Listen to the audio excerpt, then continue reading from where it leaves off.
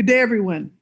Welcome to this book launch for Jane Bennett's new book, Influx Efflux, Writing Up with Walt Whitman. My name is Kathy Ferguson. I'm from the University of Hawaii, and I'm here with Emily Parker from Towson University, Bernd Herzogenrath from Goethe University, Derek McCormack from Oxford University, Peter Coviello from University of Illinois at Chicago, and Jane Bennett from Johns Hopkins University.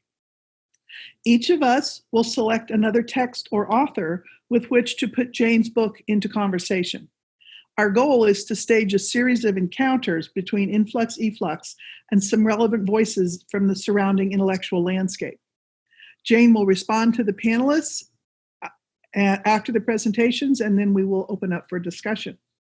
We'll present our comments in the order we are listed in the announcement from Duke University Press.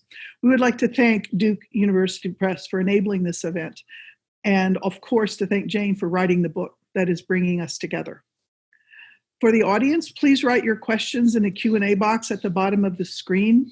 After the presentations and Jane's response, I'll act as moderator to ask audience members to read their questions and open the discussion to the panelists. Thank you for joining us. For my contribution to this conversation, I'm bringing Influx Efflux into an encounter with Saidiya Hartman's Wayward Lives, Beautiful Experiments. My need for staging this encounter is that I'm writing a manuscript on anarchist feminism from the Paris Commune to the Spanish Revolution. And I'm looking for resources to help me frame anarchist women not as heroic, larger-than-life individuals or as carriers of big ideas, but as vibrant assemblages encompassing material, organic, and semiotic dimensions. Bennett's book and Hartman's book, working together, help me do this. Anarchist women's networks are both made by their participants and constitutive of them. I need to frame people as always potentially or actually creative, and at the same time always influenced by social and material forces. Exploring the concept of subjectivity implicit in Walt Whitman's poetry, Jane Bennett articulates selfness that is emergent through what Whitman calls influx and efflux, the comings and goings of ideas, sensations, values, objects, and relationships that shape us and are shaped by us. Bennett calls this Whitman's, quote, distinctive model of I. It is a porous and susceptible shape that rides and imbibes waves of influx and efflux, but also contributes an influence of its own. So not sovereign individuals who then come together, but also not passive recipients of larger forces. Influx and efflux, Bennett says, evokes that ubiquitous tendency for outsides to come in, muddy the waters, and exit to partake in new, lively, deathly waves of encounter. The and between the flows of impression and expression is not a passive link, but a lively moment of concurrence. Bennett calls it, quote, the hover time of transformation, during which the otherwise that entered makes a difference and is made different. We take in, we give out, we are continuously subject to influence and still manage to add something to the mix. By lingering on the and, we can highlight the hover time between anarchism and feminism, at least I hope I can, where a particularly anarchist feminism and a fully feminist anarchism can be made. Anarchist women's agency is distributed across relationships and situations. Causality, that is influence, is multidirectional and diffuse. Networks consolidate enough to produce intense, sustained sites of struggle and erode enough to regroup or move on. Writing the missing middle, the space between micro and macro analysis, is, I think, the work of assemblage theory. Many thinkers have explored the processes that make assemblages, and they usually emphasize the importance of getting close to the actual mechanisms. But how do we really do that? How do we write about a lively, ongoing collective process without turning it into a linear sequence of bounded entities? Which details and particulars turn out to be the key ones, the operators, to use a Deleuzian term? What voice is adequate to that shifting interface? Saidiya Hartman's powerful analysis of young Black women's anarchic rebellions in New York and Philadelphia in the early 20th century, Wayward Lives, Beautiful Experiments, suggests a fruitful approach. Hartman's women are not, with a few exceptions, members of anarchist or any political movements. As Hartman observes, Kropotkin failed to take note of their mutual aid societies, and Goldman neglected to notice them on the street. But they are anarchic nonetheless. Hartman develops the concept of what she calls close narration, a writing strategy that immerses the writer in, quote, the vision, language, and rhythms of the wayward world. Hartman's account gracefully weaves the writer into the lives of her cast of characters so she can stretch herself to write from what she calls inside the circle. By combining Hartman's and Bennett's strategies, I'm seeking tools for thinking and writing that can do justice to the political life world of anarchist women. Two of the conceptual tools Bennett develops out of Whitman's poetic strategies are particularly useful: the concept of hover time and the strategy of writing up. Hover time marks the work done by that bulky conjunction and between two or more definables, women and anarchism, gender, race, and class. The overburdened and is ubiquitous in assemblage theory because we are trying to express multiple poles simultaneously. Assemblages host many pairs and series connected by that marker of proximity, codings and decodings, interruptions and reinforcements, deterritorializing and reterritorializing. Bennett gives us a way to talk about what goes on in the in-between of the influx and efflux process. The and, she suggests, is not unpurposed. What happens in the and is influence, quote, a particularly subtle mode of causation that holds things open for a bit to facilitate the emergence of new voices, claims, or rights that have not yet settled into the sensibility of the judicious man or woman. Hover time invites us to unpack the influences among moments in assemblages, where elements that can be organic, inorganic, or social enliven and contaminate one another. What form of expression brings the and to life, gives it utility and grace?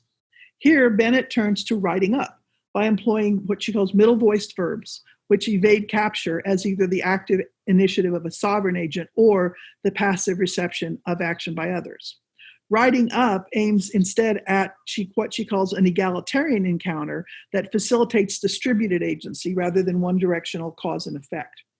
To partake, for example, is one of her examples. She says, to partake is to transform by making oneself vulnerable to inceptions. Conjure, invoke, evoke are all examples of middle voice verbs. They blur the distinction between finding and making, between what we bring to the encounter and what was there before. Writing up calls on, quote, an array of words that delay landing in either the sovereign self or the determining structure, end of quote. Middle voice verbs make room for non-human actants. They, quote, accent a multi-species and distributed kind of agency. Middle voice verbs write from within hover time rather than from a stable external vantage point. Writing up is more than just putting events and actors in their context, because the whole idea of context already suggests background, the horizon against which action takes place. Writing up comes from within the assemblage's dynamic moments, so that our prose can be in step with our ideas and with the outside influences propelling and inflecting them. By writing up, Jane says, I mean the arrangement of words that repeat imperfectly and creatively events that exceed those words, but also find some expression in them. It is writing up, she continues, when it amplifies and elevates ethically whatever proto-generous potentials are already circulating. Writing up, then, is a political and ethical gesture that delays landing so as to be adequate to the worlding that takes place in hover time. Hartman's remarkable book takes us into a complicated and vigorous hover time by creating, quote, the radical imagination and wayward practices, recreating the radical imagination and wayward practices of young poor Black women in New York and Philadelphia during the early 20th century. She looks at girls and women whose family histories were embedded in slavery, but who were the second or third generation born after abolition. While brutally limited, their world was, as she says, intoxicated with freedom. They have been credited with nothing, in her words. Quote, few then or now recognized young Black women as sexual modernists, free lovers, radicals, and anarchists, or realized that the flapper was a pale imitation of the ghetto girl, end of quote. Hartman's goal is, quote, to recreate the voices and uses of words of these young women when possible and inhabit the intimate dimensions of their lives, to convey the sensory experience of the city and to capture the rich landscape of Black social life. She writes, quote, a fugitive text of the wayward, by pressing at the limits of the case file in the document, end of quote. She reads the records of social workers, sociologists, prison officials, police, and urban reformers against the grain, turning the language of incorrigibility and incarceration into the refusal to be governed. Hartman both finds and makes what she calls, quote, a dream book for existing otherwise. Hartman's close narration puts her own archival interventions and writerly voice into a posture of availability toward the expressed or imagined voices of the young women. She traces the assemblage of individuals' voices, plus her imaginative writing up of them, plus the history of bias and erasure against them. And she writes up, in Jane's term, Hartman writes up the young women into intimate conversations with each other, with their jailers, with the author, and with the readers. Hartman reaches for her own vocabulary of middle voice verbs to portray, quote, an urban commons where the poor assemble, improvise the forms of life, experiment with freedom, and refuse the menial existence scripted for them, end of quote. Notice the verbs in Hartman's prose: assembling, improvising, experimenting, refusing. They cross that boundary between active and passive verbs. In Jane's terms, they quote, proceed from within an ongoing process. When these wayward women hover in their hallways, streets, and jail cells, they also hover in their assemblages. The avid longing for a world not ruled by master man or police, as Hartman says, is hosted in the hover time, where the women can attempt to elude capture by never settling. Police, courts, charities, and prisons require and impose transparency on their recruits. So the claiming of the right to opacity, Hartman argues, is a kind of resistance. So was in her account, the sonic upheaval of the 1919 Bedford Hills prison riot, when the prisoners roared, sang, cried, quote, pounded the walls with their fists, finding a shared and steady rhythm that they hoped might topple the cottage, make the walls crumble. That's Hartman. The New York Times named it an inferno set to jazz. The and between prison and freedom was their collective sonic insurrection. Jane Bennett suggests that we are all middle-voiced partakers, more than either actors or recipients. Hartman's anarchistic young women were, in Bennett's terms, acting amidst complex interactive zones of their kin networks, their neighborhoods, their clubs, and their sites of incarceration. Their agency was, again in Jane's words, distributed across a field.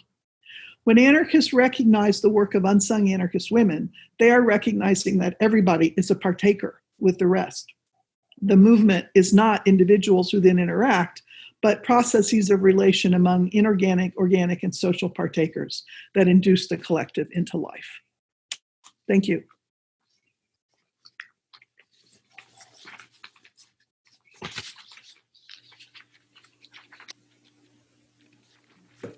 So our next speaker is Emily Parker from Townsend University.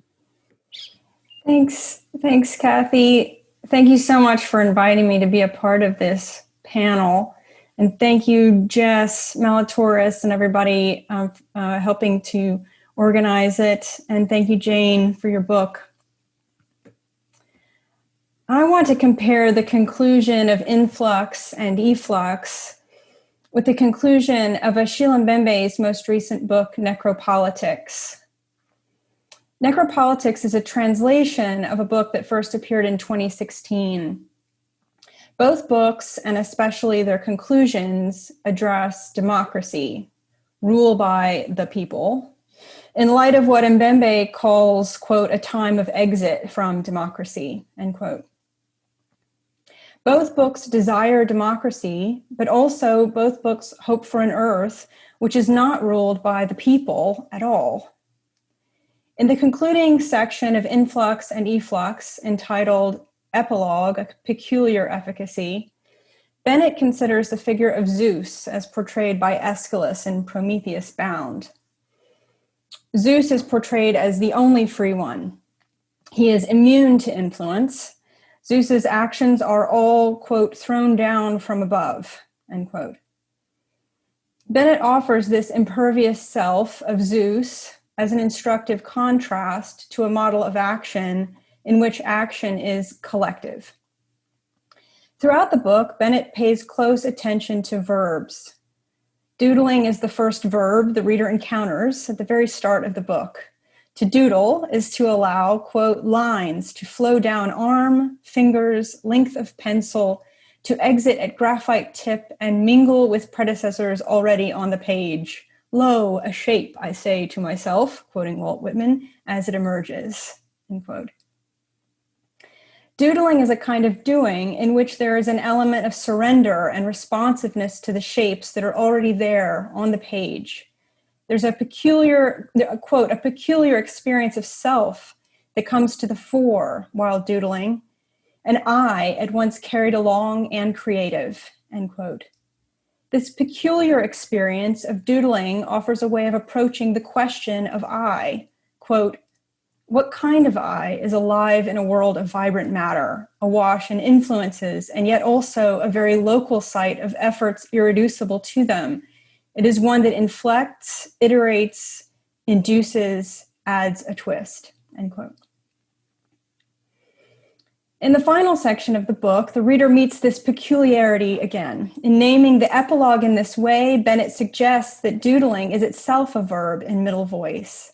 The grammatical structure of verbs in middle voice are common in classical Greek and Sanskrit, but not in English. A verb is in middle voice if it articulates something done, quote, within a field of activities, end quote. Bennett is interested both in middle voice and in its absence in English. Quote, middle-voiced verbs name not quite intentional, but still directional efforts, end quote. And they are evidence of a model of action that sees itself as part of a world of influx and efflux. Most verbs in English are either in the active voice, such as to write, or in the passive voice, such as to be written. The middle voice lies somewhere between these two extremes. The middle voice is, as Bennett puts it, quote, an effectivity amidst, end quote. Bennett is curious about the fact that English has almost entirely eradicated verbs in middle voice, but Whitman's poetry is full of them. Quote, to promulge, to sing, to dab and sail, to animate to, such verbs bespeak the distributive quality of human effort. They express and expose the conglomerate nature of any act, end quote. Middle voice verbs bear witness to effectivity amidst. Compare this to Aeschylus's portrayal of Zeus, a self at odds with middle voice. Zeus is a character that believes himself to be active voice. Alongside these meditations on verbs, throughout the book, there's also a sustained reflection on democracy. What is democracy for Bennett? I want to suggest that for Bennett, action is democratic if that action is in middle voice. Is middle voice democracy in grammatical form? In Necropolitics, Achille Mbembe argues that liberal democracy has always required an other who is and is not part of the polis, end quote. Pro-slavery democracy is not at all an oxymoron, he suggests. Those are his words, pro-slavery democracy. In a pro-slavery democracy, a fundamental bifurcation must be respected. A community of fellow creatures within and a category of non-fellows on the outside. Mbembe points out that while officially democratic societies are thought to be the ones that bring peace, and this is what makes them distinct from warrior societies, in fact, democracies historically have been brutal. For him, this is because a figure of an external threat has so far consolidated who are the people of a democracy. This is the context for why Mbembe names the current time, quote, the time of exit from democracy, end quote. As democracies are threatened by influx, we could say, the fellow creatures seek to exit democracy. They seek to abandon democracy. And as Mbembe puts it, quote, with exit and suspension of constitutions comes enclosure, end quote. In a particularly difficult moment in the book, he writes, in an increasingly balkanized and isolated world, where are the most deadly migrant routes? It is Europe. Who claims the largest number of skeletons and the largest marine cemetery in this century? Again, it is Europe. The greatest number of deserts, territorial and international waters, channels, islands, straits, enclaves, canals, rivers, ports and airports transformed into Iron Curtain technologies, Europe. And to top it all off, in these times of permanent escalation, the camps, the return of camps, a Europe of camps. Samos, Chios, Lesbos, Idomeni, Lampedusa, Sicily, Subotica, the list goes on, end quote. In the concluding section of Necropolitics entitled Ethics of the Passerby, Mbembe does not speak of democracy except to recall this earlier point that democracies require an outside category of non-fellows. Earlier in the book, Mbembe had spoken favorably of what he calls a democracy to come, a democracy of the in common. But by the end of Necropolitics, the familiarity of this term democracy gives way to a collectivity that is arguably not governed by the people at all. The ethics of the passerby centers on what he names becoming human in the world as, quote, a matter of journeying, of movement, of transfiguration, end quote. It is detours and astonishment. Mbembe's passerby is an effectivity amidst, in Bennett's sense. Mbembe writes, quote, one can inhabit a place only by allowing oneself to be inhabited by it, end quote. Here is my own question. Has the fellow of democracy who seeks to exit democracy ever meant anyone other than Zeus of the active voice, with whom Bennett ends her book? What if what is happening is not so much an exit from democracy, as Mbembe worries, but something else, a doubling down on the only sense that democracy has ever had? What if what is happening now is democracy? Democracy reconstituting itself, the polis reclaiming itself. Arguably, this is not an exit from democracy, but various attempts at the reestablishment of democracy and the rule by the people who are Zeus and Hera, let's face it. But maybe what is needed is a distinction. Bennett suggests that there are two democracies, and Mbembe comes close to making this suggestion as well. He contrasts the democracy of the universal with a democracy of the in common. Democracy of the universal would be the democracy of nationalism, of securitized borders, no influx, only efflux. This democracy for Mbembe is compatible with a return to animism, where animism is an embracing of, quote, artifacts and technologies that supplement or augment us and are in the process transfigured and transformed by us, end quote. Animism can allow a democracy to upgrade the security of its universal self. But a democracy of the in common would, quote, presuppose a relation of co-belonging and sharing, the idea of a world that is the only one we have, end quote. I wonder whether Bennett offers her reader a contrast between a Zeusian democracy and a middle-voiced democracy. Is there such a thing as Zeusian democracy, or is the Zeusian model of action anti-democratic? On page 116, Bennett writes, quote, the Zeusian model of action ignores emergent causality and presumes that the most effective act will be the most explosive and direct, end quote. This Zeusian model of action pretends to be a unilateral actant. And Bennett writes that this, quote, story of sovereign self and decisive act lives on in Euro-American culture. Its appeal revived each time we face a monumental threat, such as climate change, end quote. By contrast, a middle-voice democracy presupposes that all eyes act, quote, always in part by virtue of the virtual, by virtue of what is not I, end quote. At any rate, democracy, the middle voice, is a fundamental rethinking of the people who are, as Bennett writes, quote, possessed by possessions, irradiated by sunlight, caught by the sympathies of pine needles, intoxicated by drops, end quote. Thank you, Jane, for your book.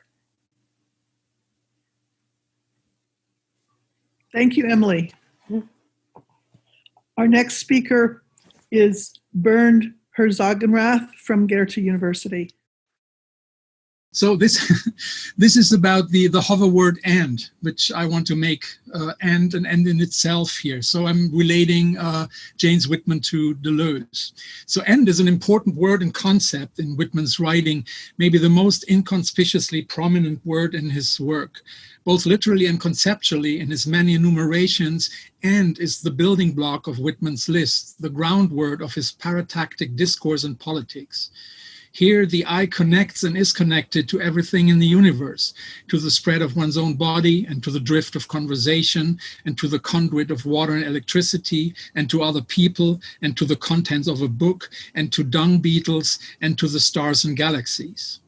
The Whitmanian "I contain multitudes" might thus be more than just a metaphorical figure of speech referring to discursive contradictions. See Ed Young's, it doesn't work. Okay, so my PowerPoint doesn't go further, so let's leave it like that. So I was just referring to Ed Young's book of the same name on the life of microbes. The "and" is also the building block of what Deleuze calls an assemblage, a rhizomatic and fragmentary multiplicity that never adds up to the one.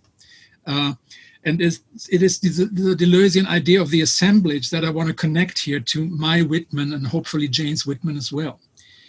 In his dialogues with Claire Parnay, Deleuze gives us a shorthand of this idea. He calls it "substitute the and for is," a short motto which you could print on a t-shirt, and thinking of it, I will do immediately after this session. In French, "et," third person singular of être, to be, and "et" in English, "and," are homophones. But this pun encapsulates what is at stake: to undermine or even substitute the transcendental logic of being with the processual logic of becoming, and. Relations here have to be produced, forged. Identity of the subject and of the collectivity is thus always only a fragmentary effect of the perpetual flux of the given.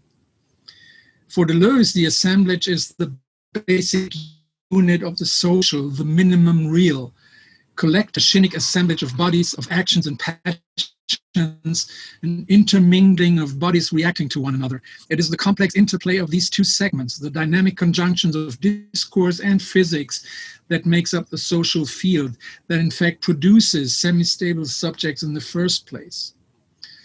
Politics is active experimentation, Deleuze says, since we do not know in advance which way a line is going to turn.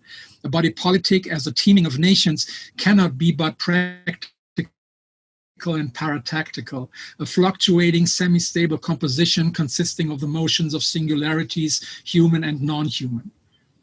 Whitman draws on a concept which he calls the aggregate, which I argue is very close to Deleuze's notion of the assemblage. If early versions of Leaves of Grass had primarily focused on the aggregated individual, Whitman later further extends his conceptual perspective to the aggregated collectivity, to, I quote, "an aggregated, inseparable, unprecedented, vast, composite, electric, democratic nationality that in its very unprecedentedness is a becoming, a process, an experiment with the multiplicity of ever-changing and dynamic relations." The me myself had been the result of a perceptive study of American specimen, of singularities, and the resulting Leaves of Grass, an aggregate of percepts. The perceptive study of the many now reveals similar results in terms of aggregation. Both many and one are simultaneously in and out of the game. Both are many and one at the same time. Just like every democratic individual is both constituted in its fragmentary perceptions, but also transcended, a democratic nationality is also aggregated, is an aggregate. The aggregate of democracy negotiates between the many and the one, is the compensating balance wheel of the successful working machinery of aggregate America. The aggregate, the constant dynamic interplay of forces, is a solution that Whitman envisions to the dilemma of how to avoid both division, an overdose of individualism, and the leveling tendency of conformity, as an overdose of collectivism. As he sees it, only from the many, from the multitude, and its proper regulation and potency comes the other, comes the chance of individualism. It should be noted that Whitman is explicitly not envisioning an overcoding force, a controlling central agency to properly regulate the multitude. Rather, its proper regulation is its own potency, its own potentia. In his attacks on any rigid drawing of lines, Whitman had always favored disorderliness. Walt Whitman, a cosmos, disorderly, fleshy, sensual. The fact that Whitman later changed the disorderly into turbulent betrays Whitman's interest in atomistic philosophy, in particular in Epicurus and Lucretius, whose De Rerum Natura he was reading in the early 1850s. The replacement of Lucretian turbulence for disorder stresses the active force inherent in this concept. As Whitman had noted early on, to attack the turbulence and destructiveness of the democratic spirit is an old story. Why? All that is good and grand in any political organization in the world is the result of this turbulence and destructiveness. The active turbulence of the democratic experiment is neither to be captured by well-ordered governments nor by a polished fossil language. Representation cannot capture the forces of production. Only the broad fluid language of democracy might have a chance, which in itself is turbulent, processual, and. Thus Whitman demands, give us turbulence, give us excitement, give us the rage and disputes of hell, all this rather than the lethargy of death that spreads like a vapor of decaying corpses over our land. In a letter written at the end of the Civil War, Whitman announces his plan to express in a poem, which later was to become drum taps, the pending action of this time and land with women, with all their large conflicting fluctuations of despair and hope, the shiftings, masses, and the whirl and deafening din, yet over all as by invisible hand, a definite purport and idea. Whitman's reference to an invisible hand, I argue, points to the self-organizing qualities of turbulence, to the Lucretian clinamen, which creates turbulences in a striated order, forms vortices and eddies that connect atoms into temporary alliances, and to dynamic and semi-stable bodies politic, the fragments of which, as Whitman observes, are in transitional conditions, too rapid, too terrible, too varied, and boiling and bubbling with formative processes. As a machinic aggregate, the body politic as a turbulent struggle between conflicting elements, democracy needs two constituents for its machinics. And again, I quote, first, a large variety of character, and second, full play for human nature to expand itself. Seems to be for general humanity much like the influences that make up, in their limitless field, that perennial health action of the air we call the weather. An infinite number of current and forces and contributions and temperatures and cross-purposes whose ceaseless play of counterpart upon counterpart brings constant restoration and vitality. Whitman's reference to the weather again implies that the politics of the democratic aggregate can learn from natural aggregates such as the weather. As a chaotic system, and I'm quoting Michel Serres here, climate is an aggregate concept. It shares with the rhizomatic assemblage the characteristics of being n-1. Serres emphatically states that we must praise any language that associates meteoric clusters, hail, hurricane, turbulence, squall with the Greek word climate, which means inclination. And inclination or bend is just another name for the clinamen, the swerve. Whitman's poetry already presented a clinamen with regard to the American poetry that came before. See, for example, Jane's comments on Bloom and the clinamen with regard to Whitman. Tocqueville had observed that with regard to the aristocratic literature of Europe, everything is regular and prearranged. Each kind of writing will have rules of its own from which it will not be allowed to swerve. The diction will be polished, measured, and uniform. The veering off of a familiar path is what creates the new. And if I'm allowed, I would like to use this as a trigger for a complimentary reading of Whitman's side-curved head that Jane alludes to, comparing it to the nonchalance in Van Dyck's painting of Charles I in the model of Castiglione. Maybe I'm going too far, and I guess I am, but I like to see this impersonation and performance of the swerve, the clinamen, maybe even in contrast to the frontispiece of Hobbes' Leviathan, where all the heads of the subjects are erect, synchronized, all in phase with the sovereign in control. And in contrast, Whitman's swerve or bent head introduces that swerve that means variety and freedom, the great lessons from nature. A major politics which is not willing to learn from nature strives towards molar aggregates of stratification. But subjection, aggregation of that sort, Whitman writes, is impossible to America. We'll see. Democracy as a minor aggregate should operate like an open and dynamic system, like an assemblage whose only unity is that of co-functioning. It is a symbiosis, a sympathy. These are Deleuze's words. It's never filiations which are important, but alliances, alloys. These are not successions, lines of descent, but contagions, epidemics, the wind. The democratic aggregate should not unchangeably integrate its elements into a rigid system, but proceed by swerves, by ever new inventions of external relations and intensities. Whitman refers to such intensive and effective relations as adhesiveness or sympathy, and indeed comradeship and sympathy is what Whitman hopes for as the supplest, strongest future hold of this many-itemed union. Fraternity for him is the open paratectic line that composes the democratic aggregate. Adhesiveness is Whitman's terms for the body politic's perpetual invention of external relations, relations that are unprecedented, always new. Here is adhesiveness. It is not previously fashioned, it is apropos. As a force, then, adhesiveness is operative in the aggregate, in the process of aggregation coming into existence in between. And with regard to the body politic, Whitman refers to this as unionism, which as a democratic process is a minor force in opposition to the attempt at closure of unity, a poetic political praxis and experiment rather than a fixed form.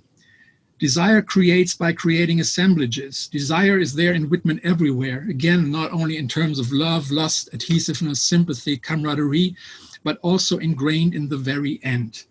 And this is the very end. Thanks. Thank you, Bernd. Our next speaker is Derek McCormack from Oxford University. Thank you, Kathy, and thank you to all the panelists and to Jane for such a wonderful book. It's a real privilege to reread and read with this radiant and rigorous argument. And I want to begin with an apology.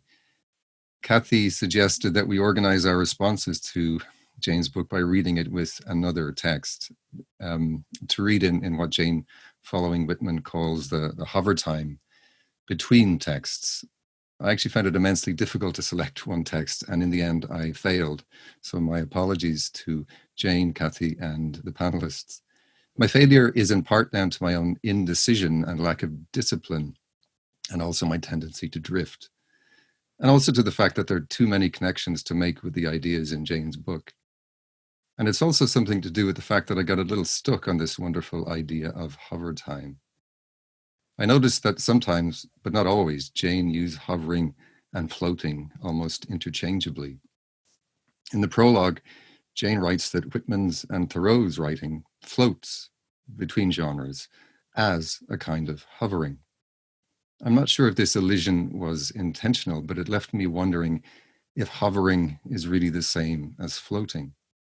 So when I think of hovering, I think of hard work, of energy-intensive, calorific, thirsty activity, of hummingbirds, helicopters, and hawks.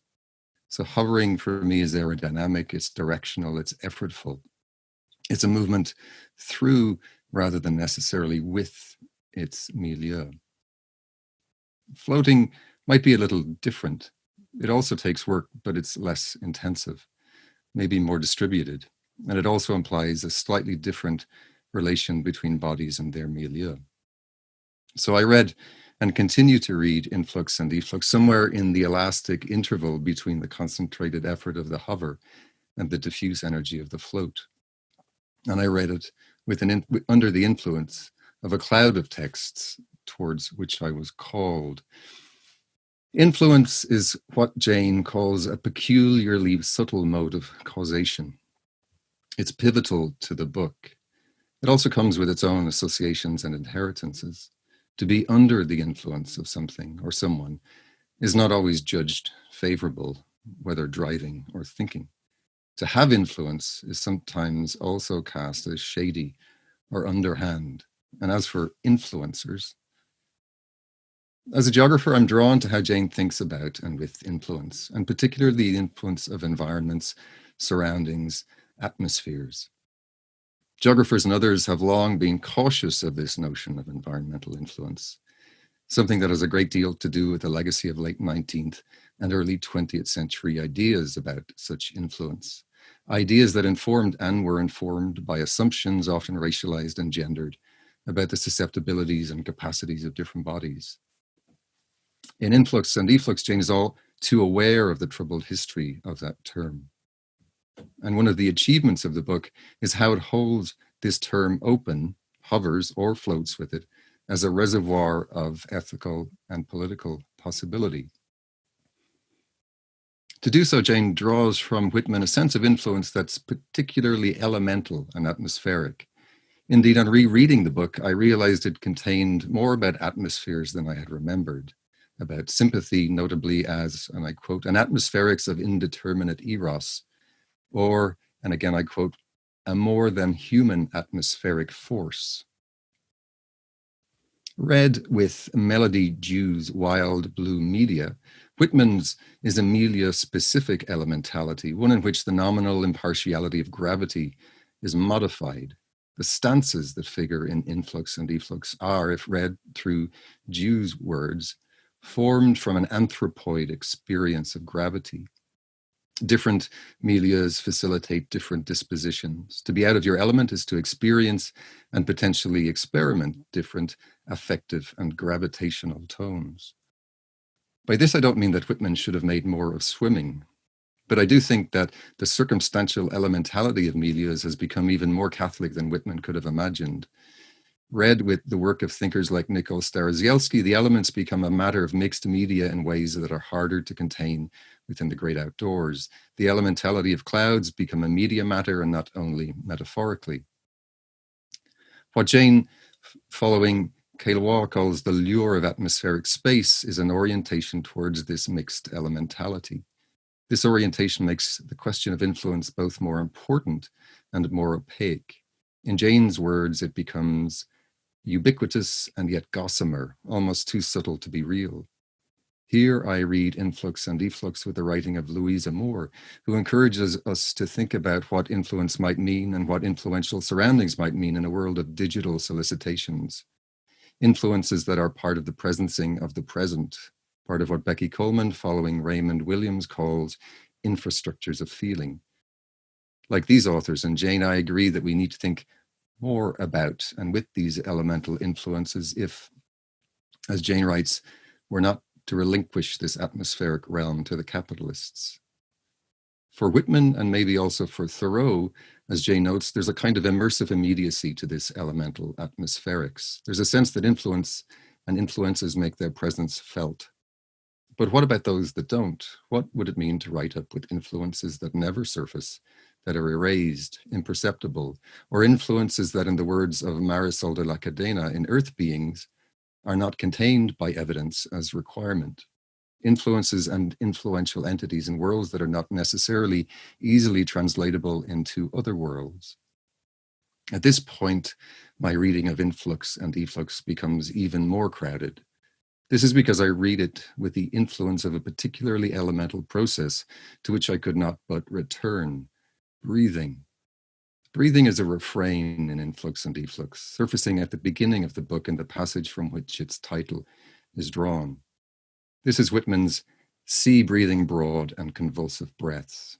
Breathing exemplifies the process of partaking in the more or less than I.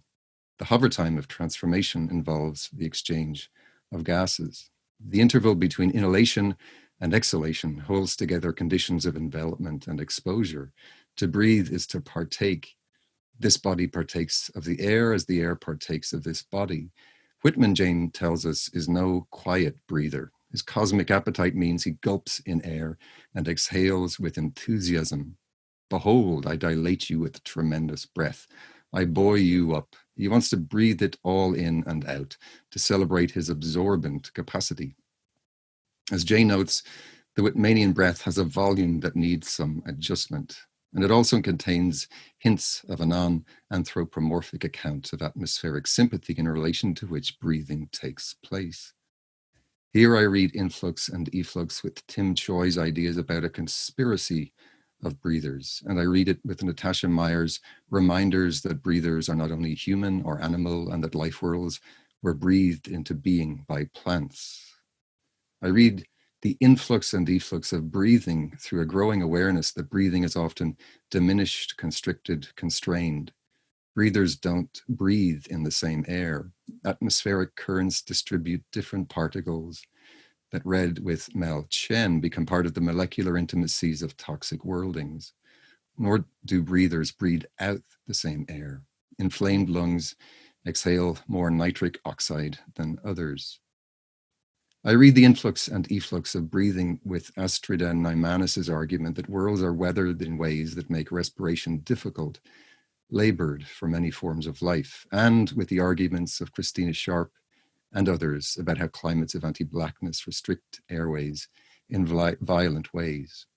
I also draw from Jane's book the shape of another claim, the claim that recognizing breathing's implication in violence, oppression, disempowerment does not preclude working with its capacious possibilities. And so I read Influx and Efflux, and in particular its emphasis on solarity with the Aeroscene Manifesto, which asks us to think about what it might mean to breathe in a post-fossil fuel world, to become solar through new relations of drifting and floating as they alter the affective tone of our stances and footprints. And I read Influx and Efflux with Ashen Crawley's Black Pentecostal breath and aesthetics of possibility, in which singing becomes an exaltation tensed, but not constricted by the conditions of its collective performance. And if I had the time, I would read Influx and Efflux with Crawley's Lonely Letters, as it asks us to think about what if what is being felt, what is being registered on and in the flesh, is the resonance of a kind of matter uninhibited by gravity. But in the current moment, I read the influx and efflux of breath, weighed and tensed and traced in other ways, through devices that test capacities and volumes. Here I read it with Lundy Braun's Breathing Race into the Machine, in which he shows how breathing became implicated in histories of racialized calibration through its measurement in devices like the spirometer. I'm taking liberties here, I know, but in doing so, I'm trying to take seriously Jane's argument for a particular kind of writing up. A writing up, or writing with, or writing under the influence, a writing, and here I quote Jane, that would show, for example, how the throat and chest feeling of breathing vibrates inside the word inspiration, vibrates inside the word aspiration, inside the word conspiracy, inside the word respiration, and vibrates through another related obsolescent word, respair, which means something very modest, something like fresh hope or recovery from despair. This might not be quite as strong as the promising positivities with which Jane ends Influx and Efflux, but for me at least, it is at least a measured way of drifting in the same direction. Thanks. And now I'm going to pass over to Peter. All right. Can you hear me? Great. First, I'd like to thank everyone, and in particular, Professor Bennett, for welcoming me into the conversation today. I'm honored to be in this company, and I'm especially grateful since I think that I am, disciplinarily at least, though perhaps not only, a bit of an outlier among the gathered here. I'm an English professor who specializes in 19th century American queer theory, but I'm here, I think, and I'm pleased to be here because of my own many decades deep ardor for the writing, as well as perhaps the person of Walt Whitman, an American, one of the roughs, the cosmos. So I'd like to start by saying that reading and dwelling in Professor Bennett's Influx and Efflux has been greatly rewarding. Indeed, it has been a particularly edifying pleasure to me as someone who, as I say, has spent much of his career being edified by and learning how to think with and through Whitman. So there is, for me here, that special substrate of pleasurable recognition that comes from encountering another thinker for whom Whitman's strangeness, his unlikeness, his silliness, his outlandish lexical agility, his flights of unanticipated effusion, as well as his moments of inwardness, stoppage, hesitation, someone for whom all these have been fomenting. I found it especially instructive to follow a thinker who carries these aspects of Whitman into such surprising and revelatory new terrain in relation to Kelwa, as Derek said, or the barometric, or Paracelsus. So it's in the context of such illuminating recognitions as these that I would like actually to discuss the other, and you could say slantwise ways that Professor Bennett's book has been edifying to me, again, as a person whose thought has for so long been tangled up in an affection for Whitman, and like still is. Like if anybody's a fan of anything, you know that what you fall in love with when you're young is gonna like stick with you. So it's not like I've stopped being a fan of Whitman, but the book has helped me at least begin to better articulate some of what I would just call my own waning sanguinity. Not about Whitman as a poet or convener of a new poetic idiom, not as a kind of visionary of carnal life, which I absolutely think he is, but rather as a thinker whose specifically political imagination, whose imagination of the very domain of politics might be adequate to the contradictions and calamities of his own moment, or for that matter, to ours. Two prefatory things about this waning sanguinity. First, it does not come from some like latter-day discovery of the fact of Whitman's free soil Democrat racism, his masculinist bravado, his provincial nationalist chauvinism. Like none of these things have been hidden, and there's a great deal of tremendous scholarship that I've really just learned so much from Virginia Jackson to the authors gathered in Ivy Wilson's Whitman Noir, who've long made that plain too. I think, and I could talk about this more if asked, my own heightening misgiving about Whitman's political project for poetry follows Whitman's own escalating ambivalences, especially after the war, which wrought such devastation on him in so many ways. So then what I'd like to do is very briefly parse two scenes or registers in which what I hope is a generative worrying over the shape of Whitman's political imagination play out for me as they have been focalized and really like brought into a sharper clarity, for which I'm very grateful by Professor Bennett's book. I should say the two theorists who will be important to me in this are from the archives of queer trans theory, as given shape by Queer of Color critique, and they are Kyla Schuler and Jordi Rosenberg, themselves, I think, both shaped by a thinker like Jasbir Puar, and of course, inspiriting them are figures like Foucault and Marx and Benjamin.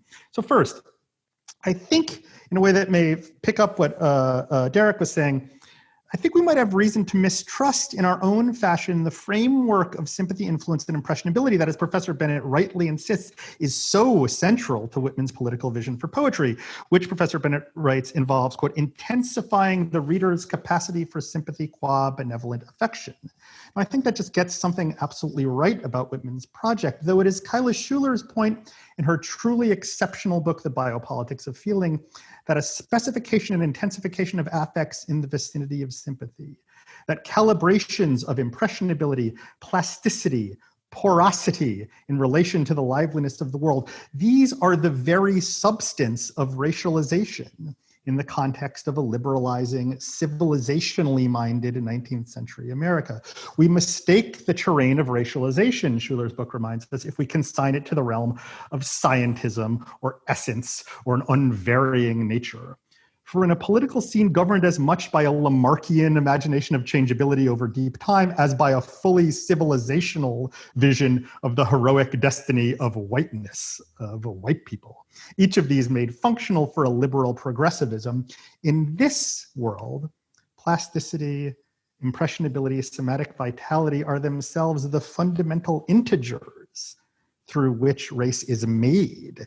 This is what Schuler means when, with a scholar like Tavia Nyong'o in mind, she speaks of the dynamic ontology of race. And indeed of a biopower that, quote, works by calculating and regulating how bodies affect one another within a milieu and governing through a pervasive animacy hierarchy that unevenly apportions the capacities of plasticity and determination among a population. Whiteness, as we see in everything from Lamarck to Lewis Henry Morgan to the Bureau of Indian Affairs, names precisely an aptitude, a capacity for somatic dynamism, whereas non-whiteness threatens a kind of imbruted changelessness and unimpressionability. So for me, the trouble with Whitman's effective strategies is not quite that he disavows race or that sympathy can be, as Professor Bennett, I think, again, rightly notes, amoral. It is rather that impressionability itself forms the very conceptual framework through which populations are specified, hierarchized, optimized. It is internal to the mechanics of racialization, proper to what I would call imperial liberalism. Second, one thing I greatly admire about Professor Bennett's book is the way it works to keep the question of antagonism on the table, both at its outset and then again in its reading of Whitman's pervasive commitment to turning opposition into affirmation, as Michael Warner someplace nice says, like Whitman is a machine for turning opposition into affirmation. Here again, I find myself, though, somewhat less sanguine, and you're going to hear me sounding, surprisingly for myself, kind of like an old materialist, I guess you would say. Professor Bennett writes of the affective alchemy Whitman hopes to stage through his, quote, poetic inducements to sympathy. Quote, through the magic of words, some of the impetus of antagonism could be redirected into sympathetic tones, a militant commitment to the laws, practices, and institutions also needed for an egalitarian society.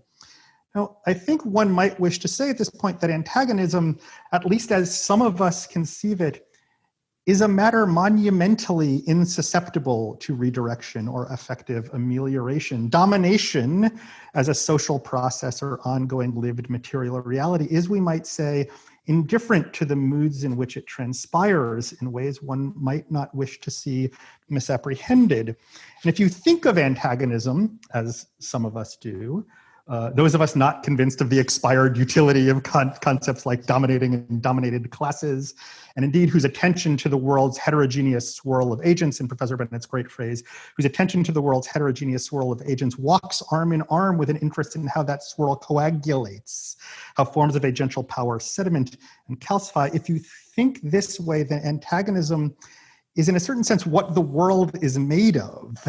It is the very domain of politics as such, at least in one such as ours, where we encounter the nearly absolute dominion of capital. It is less an element of its ecology than it is the condition of it. And I think this matters.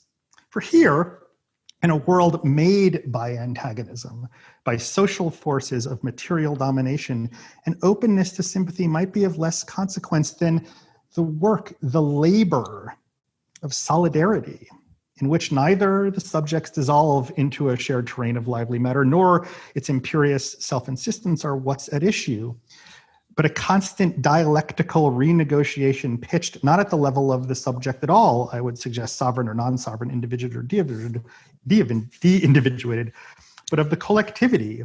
And it recalls to me, of course, it's Walter Benjamin who reminds us that the collectivity, lit up and sinewed as it must be by its committed antagonisms, is not the same as a mass, which is something one can miss, I think, when the scale of the social, of its agglomerated forces of dominations is, to borrow from Jordi Rosenberg, molecularized.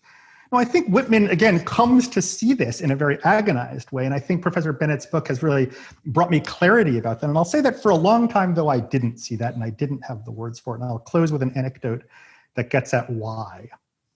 Like a lot of people my age, politics, of course, we're thinking of politics today. Politics in my youth involved queer worlds, often ACT UP adjacent, and there you could, if so tuned, truly believe you had found a way of living out the better possibilities of sodalities made by affection, by ardor, cut loose from its confinement in couplehood, familialism, heterosexual presumption. I will say that this is kind of an anodyne and somewhat stupid way of thinking what queer politics were then, but at the time I was nothing if not quite stupid. Years later, I explained this to a comrade whose political life had been fomented at Occupy. And she said an amazing thing that I think about all the time. She said she learned there in trying to sustain that world that the work of solidarity was precisely not that of affinity redoubling itself. It lay rather in the forging of common cause with people you may not love or even like, and who did not like or love you or have any affinity with you, for whom your own unsheddable socially saturated particularity was a problem, not to be dissipated, but ceaselessly encountered, negotiated, and dialectically renegotiated. And she said that precisely that painstaking working through in the name of making collectively a jointly habitable world was the untranscendent, discomforting, grimy labor of politics, or at least an anti-capitalist politics. And I will say I learned about as much when I joined the union very happily. So look, I'll never not love Walt Whitman, and I'll never love him less. But as I think Professor Bennett's searching and energizing book has reminded me, I don't quite know what to make of his place in this, the vision of the political, to which the last 20 years have brought me more and more entirely around. And on that cheerful note, I'll stop. Thank you. Thank you very much, Peter. Now we'll hear from Jane. Thanks, everybody. This was awesome and so interesting. And I just will point out that you guys had a chance to prepare, and I'm doing it in real time. So thank you for all the beautiful and elegant and thoughtful comments there. Okay, maybe just because Peter went last, I'll start with that and the question of the phrase that you're waning sanguinity. I totally love that phrase, and I totally get that. There's a kind of there's a mismatch which I struggled with in the book. It's not. There's a certain mismatch between the sort of pro-democratic liberal politics of Whitman and the sort of more metaphysical, ontological stuff that he does, where he tries to get us to tap into a register of existence that really is other than or otherwise to the sociological, the political, small p political, the kind of analysis that you gave, where antagonism is forward, and class and race and oppression and domination are forward. He tries to point us to our already existing experiences, subterranean, vague, and exact, of a dimension of experience which is more at the level of us as elemental physical forces. And that's the part that I'm fascinated by, because I think that stuff is real too, and that stuff is really important to politics, but it just how to mix together or to conjoin, make a conversation between the sort of, I'm calling it sociological level, but the politics stuff, where it's the human-centered and the interhuman relations of violent interhuman and unjust relations. And then there's this other dimension, which seems like it's going to be completely at odds with that, but yet in human existence, they're commingled all the time. So yes, the critique that you gave, I have it too. And I think that if I had just written about that, Whitman's attempt to reintroduce into the discourse a kind of gravitational understanding of sympathy that has nothing to do with this moral sentimentality of the time. Yeah, but he commingles them, so they're a little bit commingled in the book. So since I want to get to the question and answer, I just want to point out about I guess my big project that Whitman led me onto is there a way to think about societal transformation that is not political? I don't know if that, that isn't using the regular so-called molar, if you use the vocabulary of Deleuze, the molar categories of politics, but focus on the molecular level of encounters and efficacies, vague, below the radar, but not nothing. Okay, that's maybe a start for those questions. And I think that the way I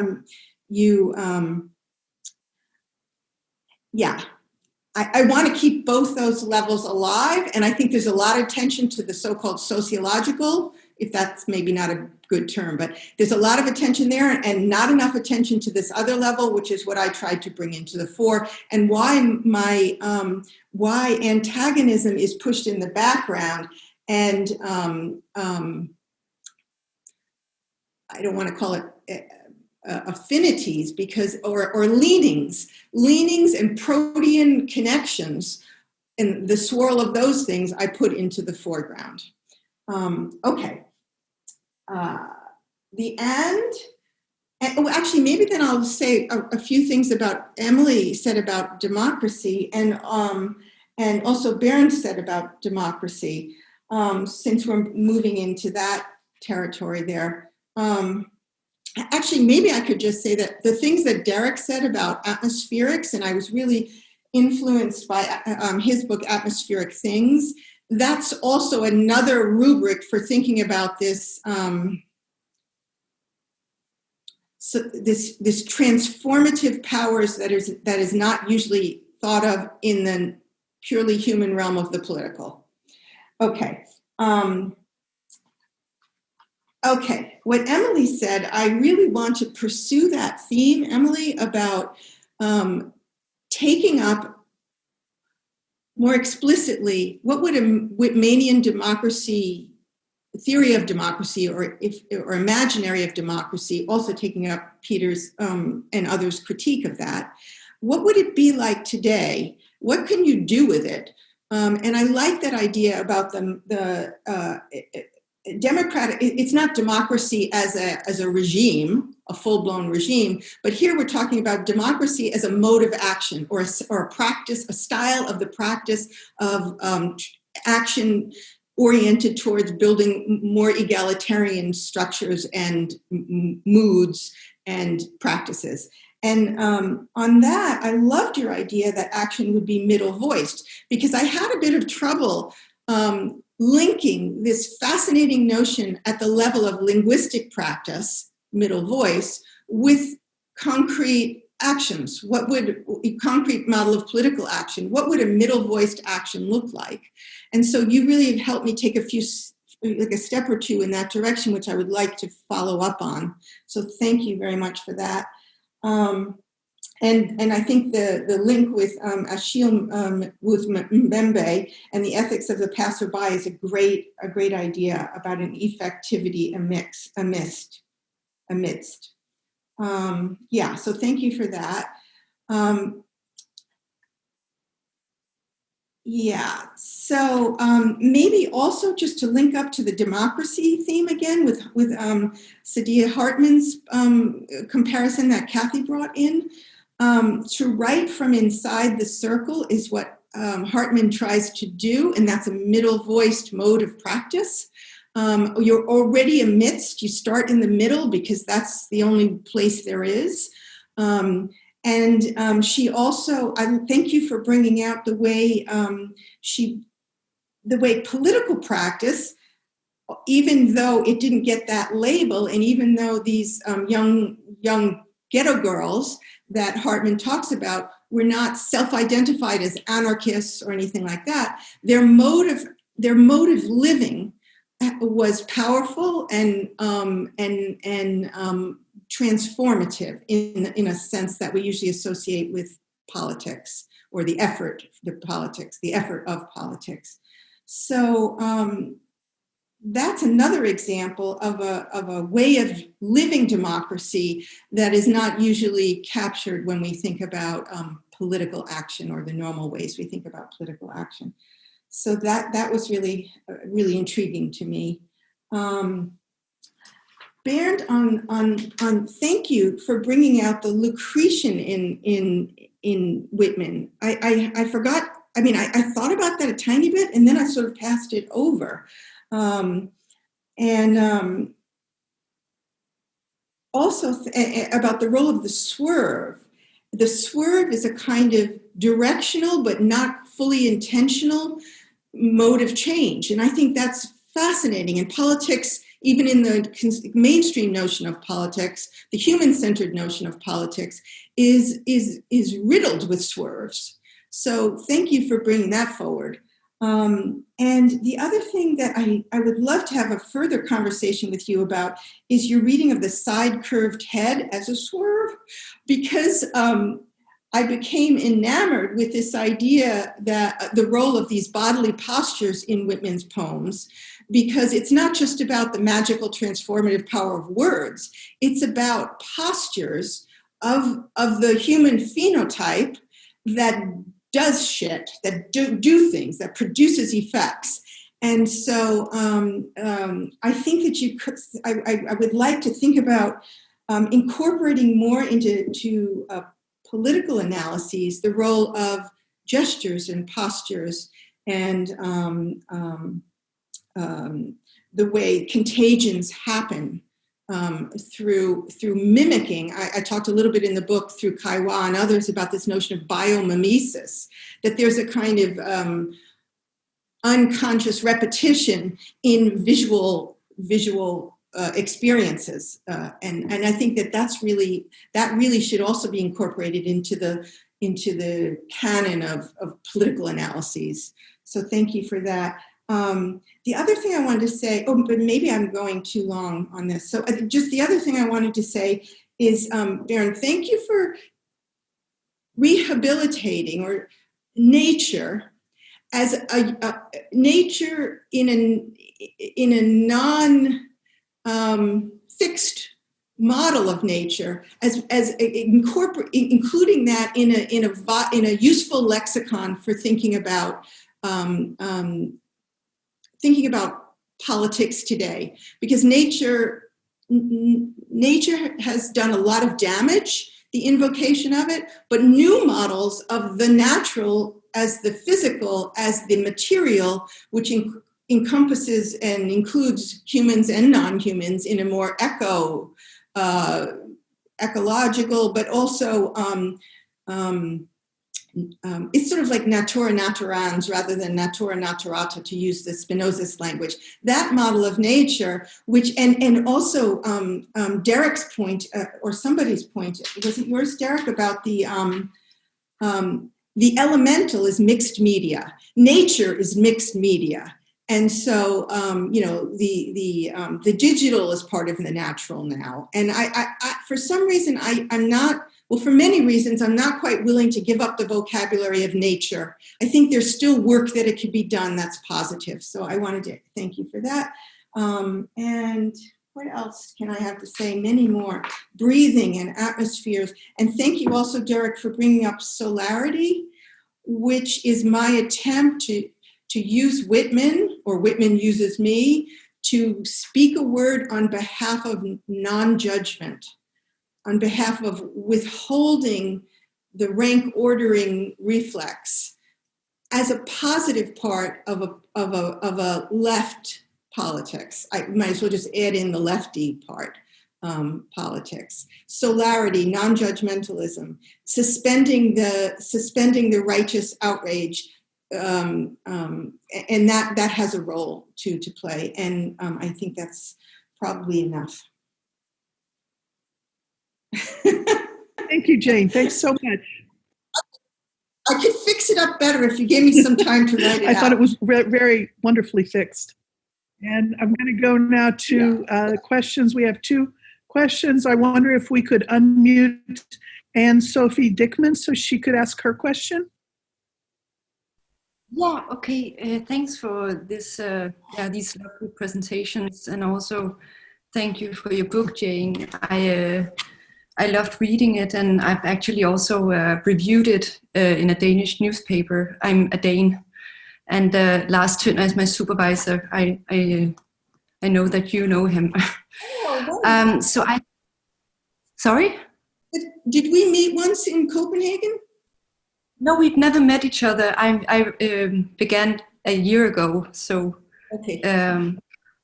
But I'm very interested in your work, and I'm also very interested in feminism and feminist theory. And I would like to just, as I also just wrote very shortly, in short terms, do you regard Influx and Efflux to be a feminist book?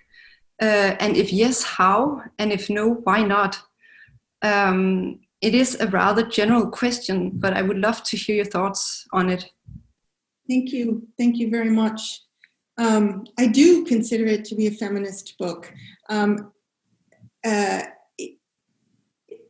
I should start by saying that one thing I learned from reading Whitman and also Thoreau, who are obviously men, but they have much to contribute to they share much of feminist thought, is that they divide the world into not so much into men and women at their best, although Whitman does divide the world into men and women in ways that are unappealing and not particularly interesting to me. It's sort of, there's a maternalism for women that I just don't relate to all the way, or much at all, really. But they divide the world into two kinds of sensibilities: people with a sensitive cuticle and people with a less sensitive cuticle.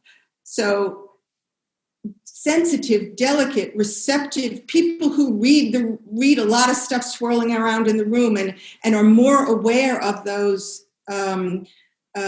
subtle influences operative on them, although no one's ever fully aware of them.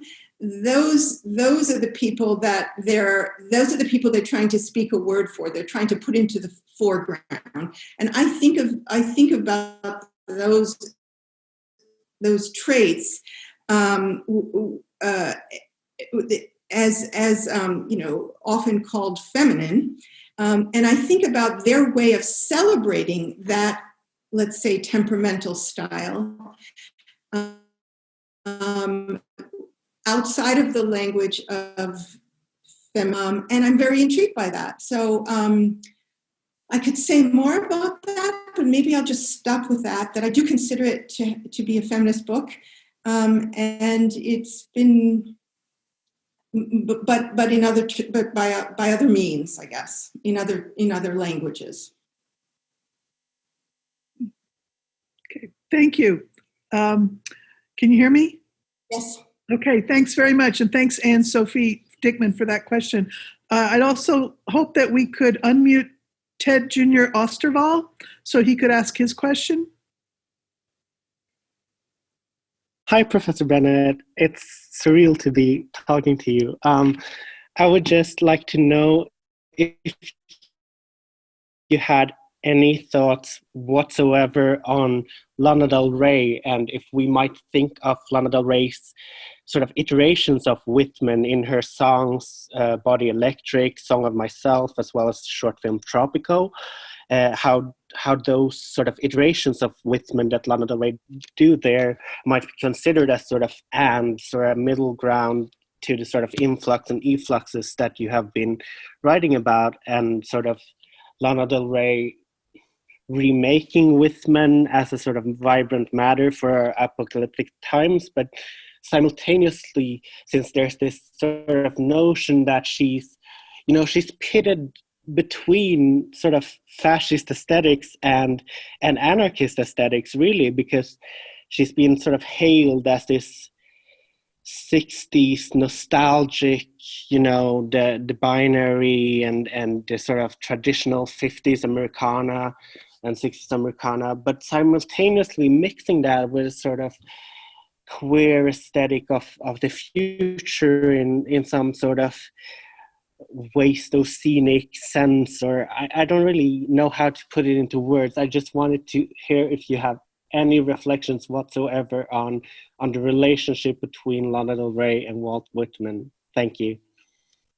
Thank you for that. I have to say I don't have any thoughts on that, but I definitely will pursue that lead. I have nothing to say about it. I guess I would say I'm not sure, as a vibrant matter for our apocalyptic times, I'm not sure whether apocalyptic, I guess I don't favor that diagnosis, though it's not, who knows if it's right or wrong, but that's interesting. I will have to look at that. And the only other thought, and with a promise that I will follow up on your lead there, the only other thing I could say is that I have looked at the documentary, and I can recommend it back to you, called Whitman, Alabama. It was made by a young filmmaker in the U.S. who just went around to the American South, to just small towns in the American South, and asked random working class people to read sections of of Leaves of Grass, and she made a film about it. And it's so moving, and it's so amazing to see that Whitman's words really affected these people even today. So I think is more about a question of his the way he tapped into a working class sensibility that is still moves people today. But thank you for your question. I apologize for having no knowledge, not a good answer on that, or not a good. I wonder if we could please unmute William Conley so that he could ask his question. Thanks so much for this panel. I've been enjoying it, writing down a lot of notes. So, of course, I'm fortunate to be teaching a seminar with Jane Bennett at the moment. So I'm cheating, and it's about Deleuze and classical political thought. And Jane, at some point, encouraged us to pursue Paul Klee in relation to Deleuzian theory, and the just the one thing I'll focus on for just is color. It says colors suggest. They do not determine, they do not produce, they do not cause. It depends upon a lot of things as well. And then he focuses on vermilion. It suggests dispositions and tendencies. And so everybody on this panel has a distinctive writing style. I've read several of you, and Jane certainly does. And so what I'm kind of asking is, how do you prepare yourself? I know this idea of writing up. How do you prepare yourself to allow your writing style to sing, to kind of increase the chances of being entangled in the worlds of others so that it poses some suggestions that they may then carry someplace? And sometimes they will resist this suggestion. So I would be interested in thoughts that people have about that. I won't name names about who I insist answer except Peter, but okay, and Jane, but because I think that's where Peter and Jane may be talking a little bit past one another, but I'm not sure. That's my question. Thank you. So, Bill, your question it's to the panel at large about. Yes, but I wouldn't mind if you started. About how one prepares oneself to write in ways that are consonant with the philosophy you're trying to express. Yeah, to enact it, to enact the style of writing up, because you're being very responsive to suggestions in the world. That's why I gave the color example as one mode of suggestion, which is not a textual thing. Yeah, I'm gonna let others start. Anybody else on the panel want to speak to that?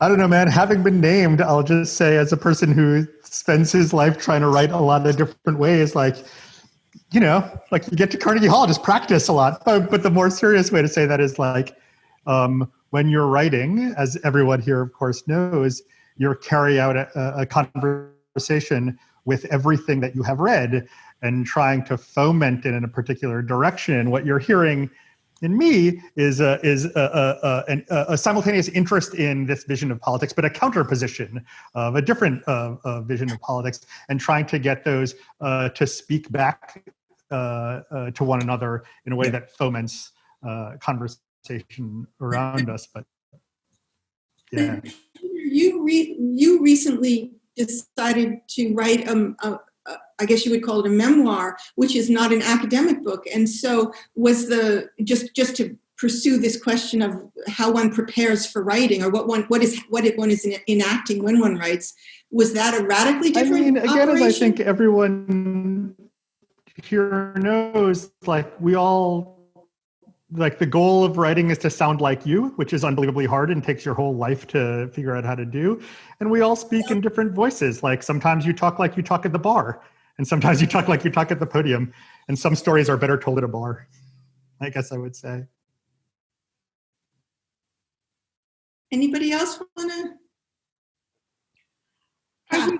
Yeah, I think about this a lot too. I appreciate the question, Bill. I had to spend about 30 years unlearning what I learned in grad school in order to try to approach writing so that it did this thing that Bill talked about, so that it was a writing up, so that it carried. And that is, I had to stop thinking that my job as an intellectual was to go in with all guns blazing and find all the weaknesses and put so much pressure on them that they all fall down.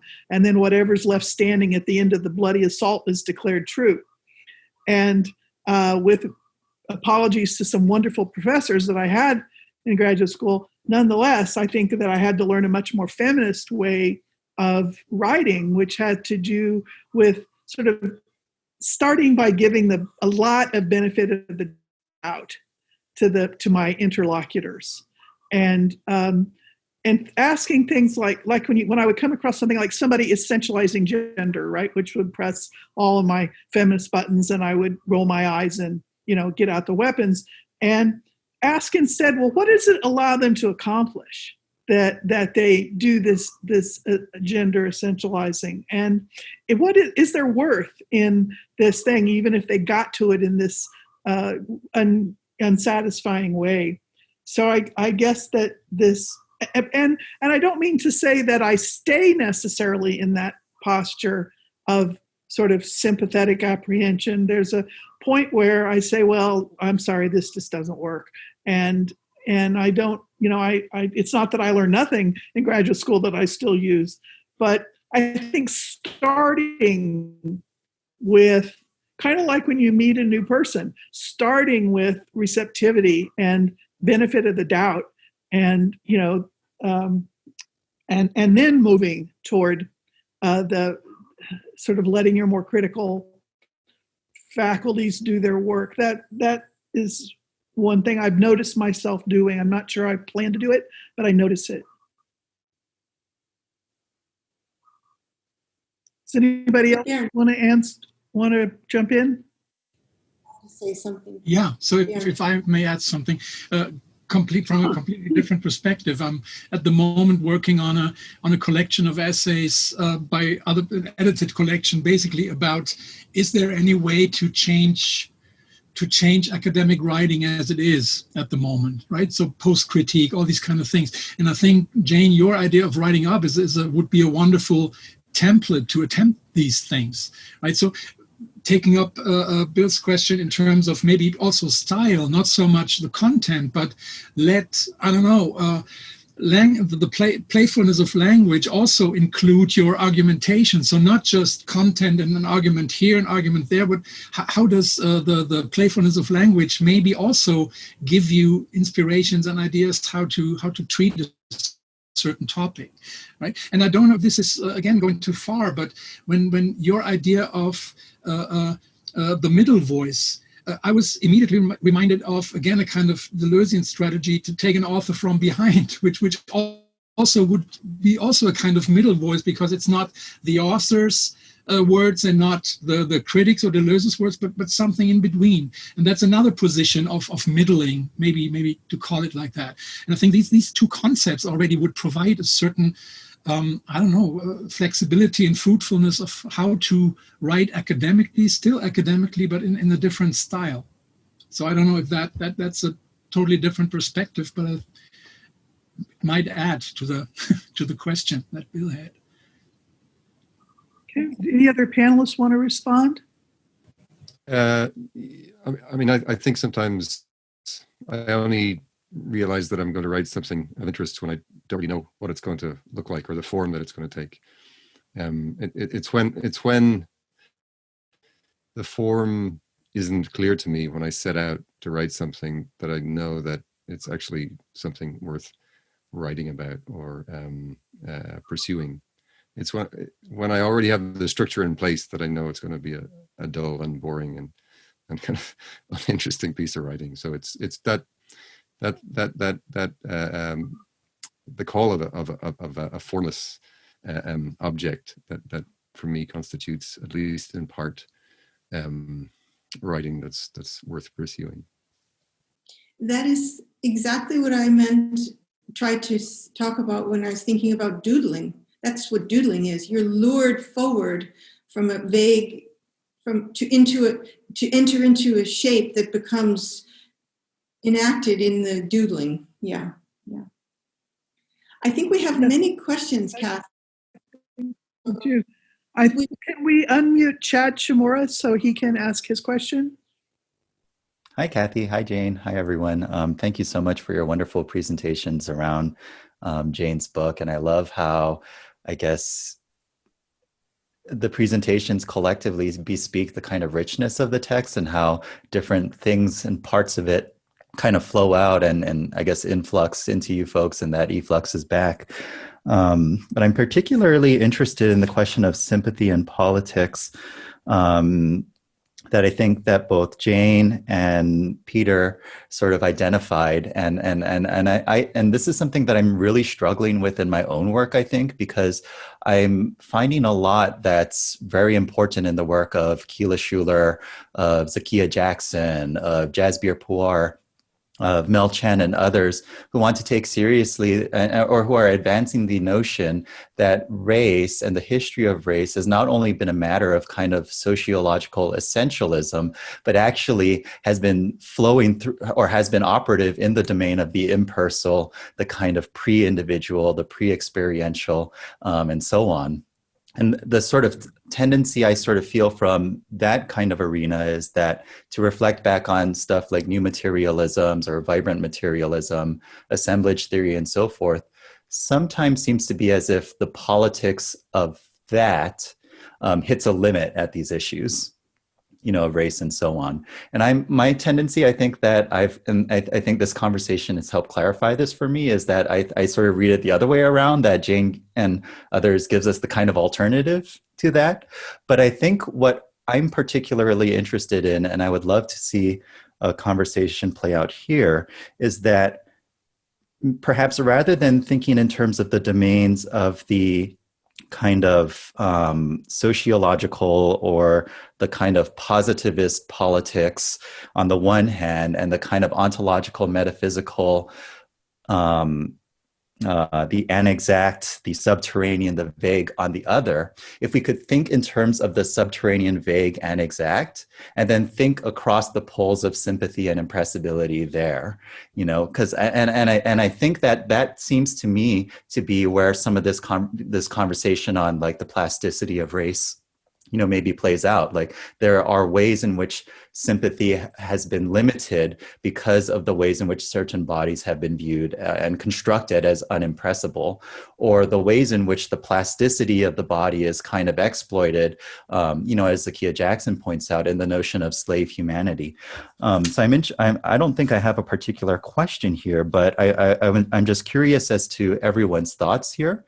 And I saw links to this in, Kathy, your notion of anarchist assemblages. I think that perhaps is a great example of how the kind of subterranean experiential register can perhaps gather a kind of collective that is antagonistic, to a world of anti-Blackness.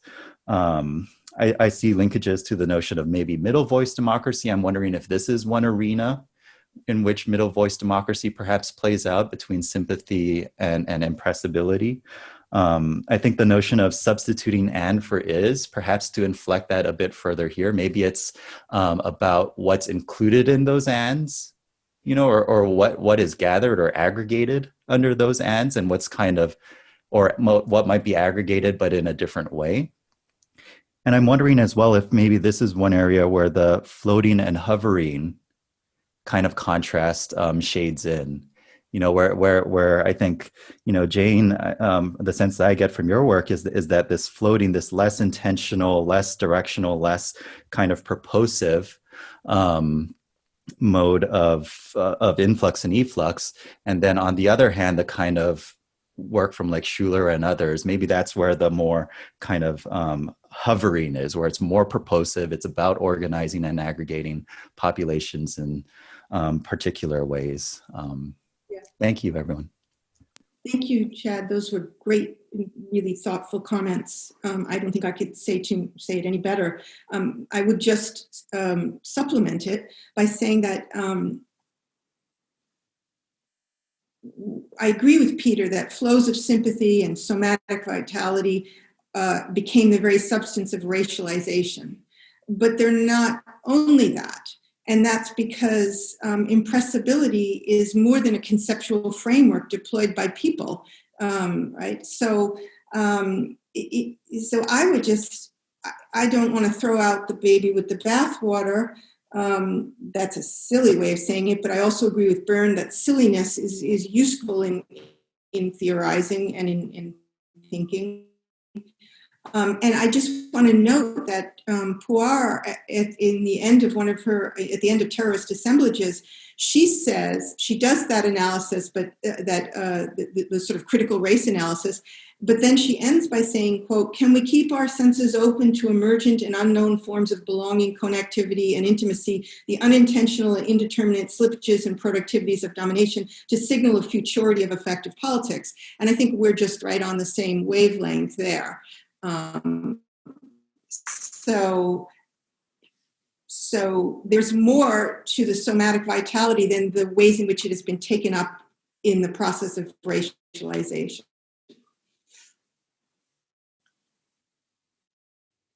Would anyone else on the panel like to jump in?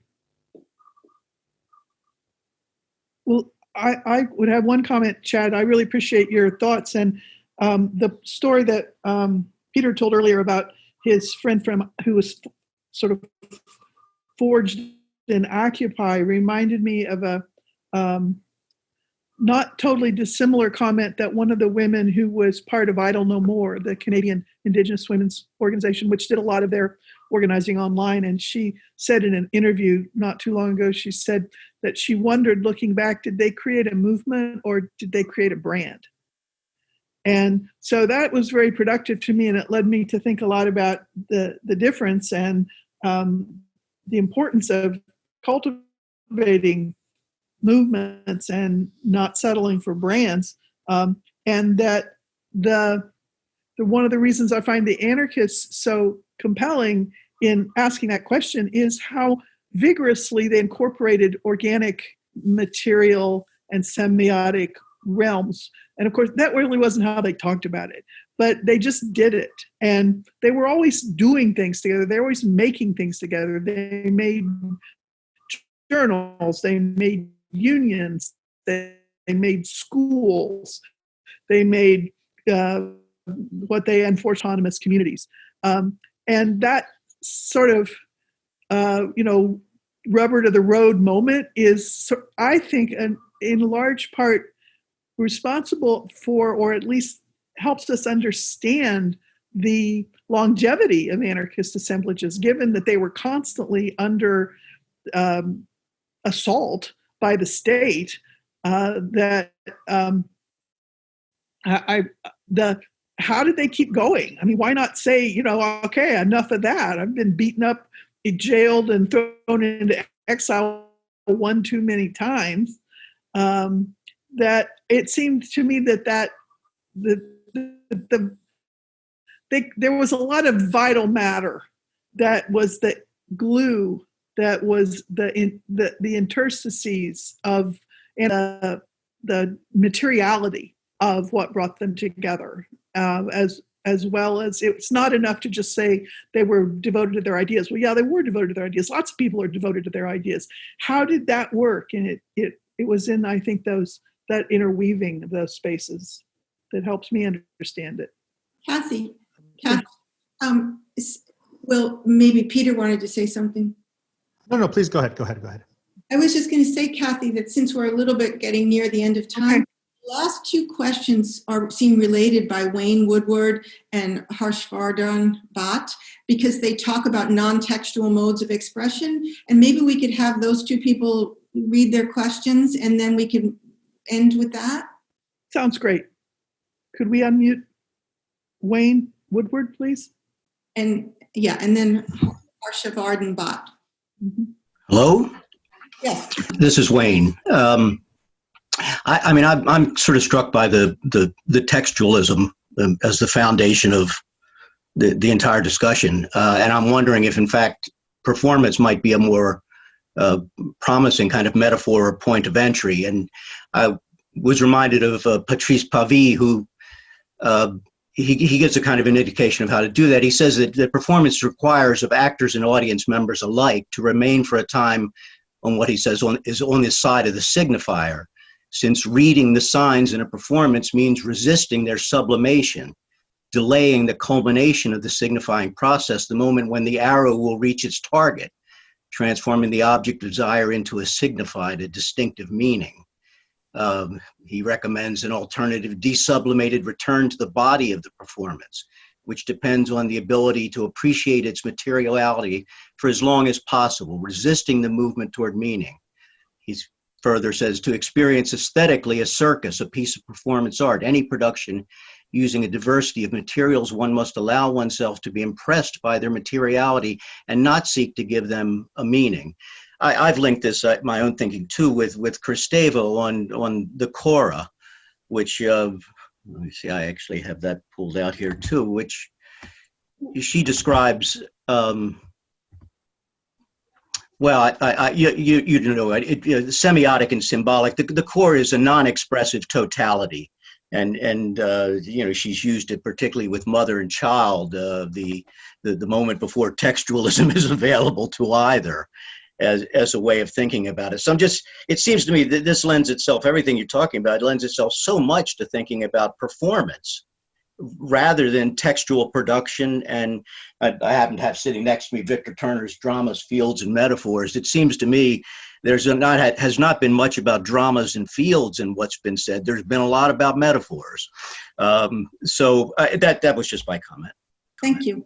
And maybe Harshavardhan Bhatt. Thank you for a wonderful panel. I really enjoyed the panel and also the book. And I feel like my question has already been answered with a brief comment between Derek and Jane, because I'm writing up a PhD, and it's something about the air, and it completely lacks form, and it cannot have form, and so form is an act of fraud. It is a professional practice, and doodling here, I find interesting, because I was wondering if doodling is doing work for you, and what kind of work for you is it doing, beyond the sign of the signifier, in the sense that does it have the capacity to produce arguments? Does it have the capacity to go beyond representation, in the sense that there is deep textual quality to the nature of drawing as process, as methodology, as it is in architecture, for example, which is the school I'm located in. So yeah, I was just wondering if you can speak to that, and because I felt that, yeah, in your book, the color, as Bill was talking about, and the drawings, so they were doing a substantial amount of work, and I was wondering if you could speak to that. Thank you. Thank you for both those questions. To Mr. Woodward about the performance, I agree with you. Performance is a good starting point. And I just want to say that for Whitman, his poetry was performance. It was supposed to be read out loud in the open air so that you can get the full effect. So it's got to be, but even if you just read it yourself, it's a form of a performance. But I take your point about the textualism, but words are performances as well, but I thank you for that effort to shift it a little bit away from word centric. I gave a section of the book to a group of puppeteers at University of Connecticut, the Ballard Institute of Puppetry. And they responded to the book by taking some of my readings of Whitman's poems and not speaking in response, but performing brief puppet shows in response to each of them. And it was so powerful and so, what shall we say? There was so much meaning and effect produced, and there were no words. So I definitely take your point on that. And the only thing I wanted to say about the doodling, what work it does for me, and this is not true for everyone, obviously, but the main effect of the act of doodling is to push me forward. It has an impetal quality, because words stall, ideas stall. Impasses are reached at the level of argument or attempts to be consistent or smart, and not fully silly or ridiculous. But the doodlings just they're always ongoing, and they just give me an affective sense of you can just keep going, just keep moving forward, and something will show up. And so that's what the doodles did for me, to sort of jump over the impasses and gaps that words produced. Okay. Anyone else on the panel wish to respond? Or Peter, you want to go back a step? That we cut you off? I was just thinking about that was a question about Chad and sympathy and transformation. And the thing that I was going to say, again, sounding somewhat curmudgeonly, is that like the world is hyper-filled, is super saturated with forms of, this is following up what Kathy said, with forms of transformation and alteration and change. Those that are not actually anti-capitalist are just subsumed into the machinery of liberalism. Yeah. That would be my deep returning to again and again, like there is plenty of transformation in the world. There are plenty of occasions for sympathy. There's plenty of, like, the world does not want for any of those. What it wants for is organized anti-capitalism. That's what that would be my contrary vision of the political. I think Lauren Berlant is the version of the dialectics around sympathy that Chad was talking about that I'm really most attached to. That is both indispensable. I'm sorry, Jane, I was just going to say that it's both indispensable to politics, but it is bedeviled by being, as she says somewhere, sentimentality is the fantasy of transformation without bloodshed. Yeah, yeah. And that dialectic is right like that. I take the point that the word sympathy may be more trouble than it's worth, because I try to transform it so far away from that into a kind of physical force, like gravity, like disgust or repulsion. But it includes all of these things. But Whitman tried to do that too. He tried to dehumanize the notion of sympathy. But as I bring it up in different forums, this thing, there's so much. It's probably more trouble than it's worth to keep that word sympathy. Although, but I do say, I do not think that our political world is over-infused with sympathy. I know. I think we disagree there in a very strenuous way. I think we're on different poles of that disagreement. I really think that's the very grain. That's the sinew of liberalism. Yeah, it is the sinew of liberalism. But yeah, it is the sinew of liberalism. And that there's parts of liberalism that I think are worth keeping. Maybe that's it. Well, that seems like a good question to pull ourselves to an end. I want to apologize to a few of the questioners that we didn't have time to get to you. I want to thank the panelists for participating, and I really want to thank Jane for writing this great book. Thank you. Thank you, everyone. So much.